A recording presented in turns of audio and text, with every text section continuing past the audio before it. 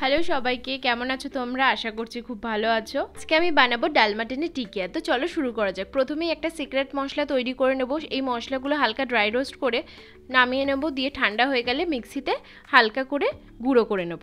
এবারে আমি প্রেসার কুকারে বেশ কিছুটা জল দিয়ে মাটনের কিমাটা দিয়ে নুন দিয়ে ভালো করে কয়েকটা সিটি দিয়ে নেবো। এখানে মাটন আমি 500 গ্রাম মতো নিয়েছি। এখানে আমাদের সেদ্ধ করা ছোলার ডাল ও কড়াইশুঁটি লাগবে। প্রথমেই কিমার মধ্যে ছোলার ডাল, কড়াইশুঁটি, পেঁয়াজ, টমেটো, রসুন, ধনেপাতা কুচি, আদা বাটা, ঝাল অনুযায়ী লঙ্কা, কাজু কিশমিশ কুচি আর বেসন 1 বাটি মতো দিয়ে অনুযায়ী নুন, চাট মশলা, হলুদ, লঙ্কার গুঁড়ো, গোলমরিচ গুঁড়ো এবং যে মশলাটা তৈরি করেছিলাম সেই মশলাটা দিয়ে ভালো করে এটাকে মাখিয়ে নিতে হবে। নরম লাগলে আরেকটু ছাতু মিশিয়ে আর একটু সামান্য সর্ষের তেল দিয়ে ভালো করে এটাকে মেখে নিতে হবে।